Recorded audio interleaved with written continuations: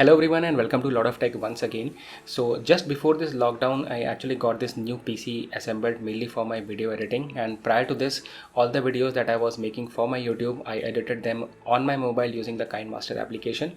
When I started making videos, I was not consistent with YouTube and I was never sure that I would be making videos for YouTube, but now I feel like I'm kind of consistent with YouTube, and in order to add some quality and professional look to my videos, I actually needed this PC.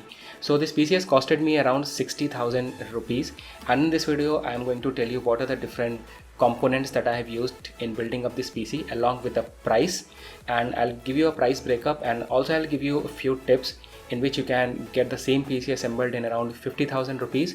Apart from that, if your budget is even less, then also this video will be helpful in making the selection of right kind of parts.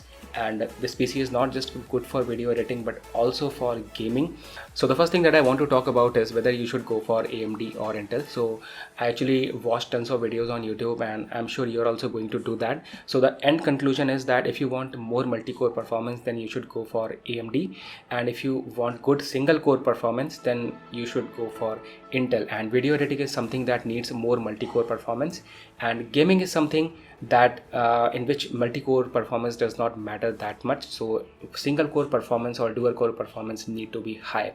So I actually made up my mind to go for the Ryzen AMD second generation Ryzen 2700X, which is a 8 core 16 thread processor. But actually when I went for assembly, the people suggested me to go for this latest third generation Ryzen 3600, and this has 2 cores less than 2700X. This has 6 core and 16 threads, and also this processor is around 2000 and 2500 less expensive than 2700X.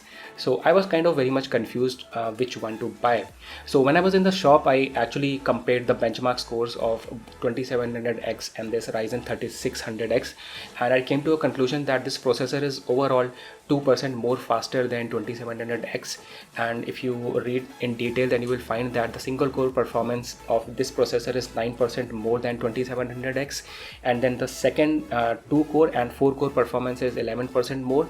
But yes, when it comes to the full multi-core performance, I mean the 8 core performance versus 6 core performance, then 2700X will take a lead by 7%. Apart from that, there are also few advantages of buying this processor, like this is based on the latest 7nm architecture, while 2700X is based on 14nm architecture. This is a Zen 2 architecture and the previous one is Zen Plus architecture. Apart from that, this processor also consumes less power. It consumes only 65 watts, while the 2700X is going to consume 105 watts. So it's definitely going to cut down your electricity bill.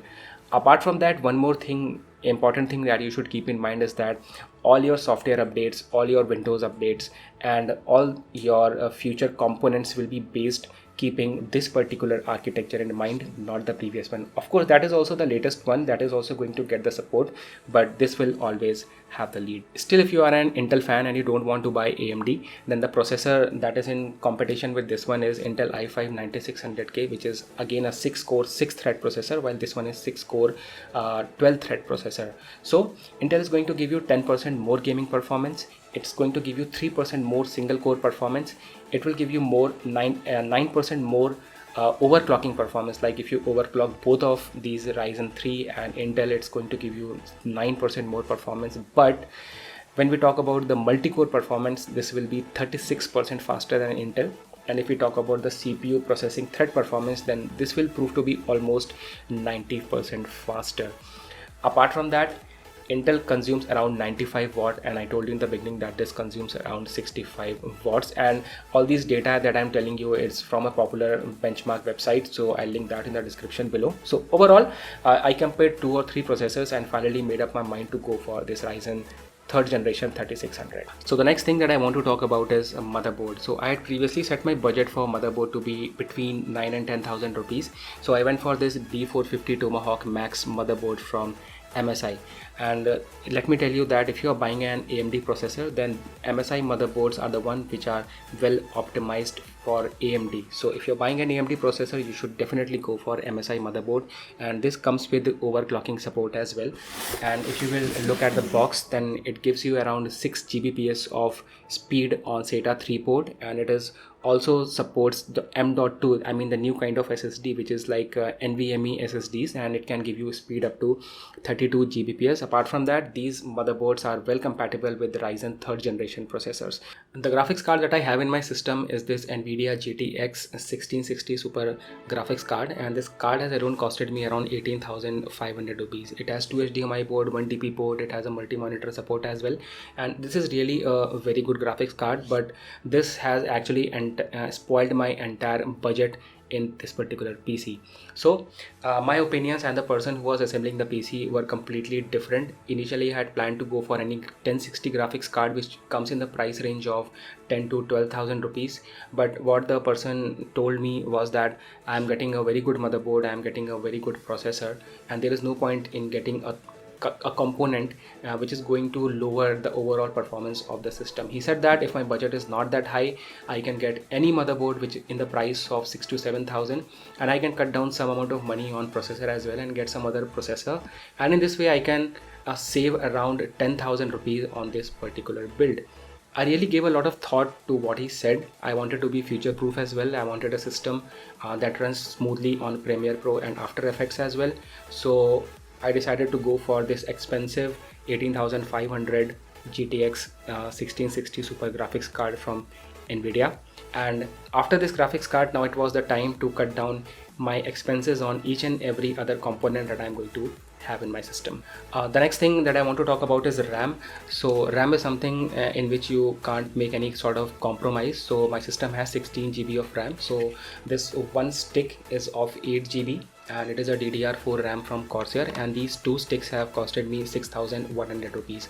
One tip I would like to give you is that whenever you buy a RAM, don't buy a single stick. Always buy 2 sticks of 8 GB, just like I have, because one single RAM actually utilizes 2 channels, and when you're getting 2 sticks, it is utilizing 4 channels. So if you're getting a single 16 GB RAM, although the capacity is same, but it's going to utilize only 2 channels. So in this way, 2 RAMs of 8 GB will give you better performance than a single RAM of 16 GB. Keep that in mind. The amount of storage that I have in my system is this 240 GB SSD from WD. There is another kind of SSDs called M.2 SSDs, which is just a small form factor, and you can go for that as well. But in my opinion, if you are building a PC, go for these 2.5-inch SSDs. Apart from that, if you're buying a WD SSD, then there is a one more variant called blue SSDs, which are slightly more expensive than green ones. So you can go for that as well. Both are equally good. So now comes the power supply, and the power supply that I have in my system is this Corsair VS 550 watt power supply, and this has costed me around 3,200 rupees. Now, reason for getting the 550 watt power supply is that the graphics card that we have installed 1660 Super requires at least 450 watt of power supply. So don't get a power supply of lower wattage, at least get a power supply that is 550 watt for this particular kind of system. Now after all this comes the small little things like the Wi-Fi receiver. So I have this 150 Mbps TP-Link basic Wi-Fi receiver, and this receiver has costed me 500 rupees. Apart from that, if I talk about the cabinet, so the cabinet that I have is Antec NX310 basic cabinet, and the cabinet is around 3,200 rupees. I wanted to get a good cabinet, but as my expense was getting too high, so I had to compromise a lot on the cabinet. But this is also a good cabinet. The airflow is very good. You get each and every port on the top. There is one 3.0 port and 2 USB 2.0 port. Apart from that, the LED control is also on the top, so you don't need any kind of a software interface to change the color of LEDs. The video that you are watching, I exported around 10 minutes of 17 seconds of this video, and I have actually added a lot of After Effects and a lot of transition in this particular video. So the video is quite long, and I'm exporting this in full rendering quality. So the length of 10 minutes and 17 seconds was exported in 9 minutes and 8 seconds. Then I have this another video from my previous project, and this video is around 5 minutes and 27 seconds in length, and this time I'm exporting in normal quality, and the Premiere has taken around 3 minutes and 33 seconds to export this video, which is quite impressive. I hope you liked the video, and you at least got some idea on building a PC in 2020. Thank you so much for watching. Do let me know what you think in the comments. All the description of the parts will be there in the description. I'll see you in the next one. Take care.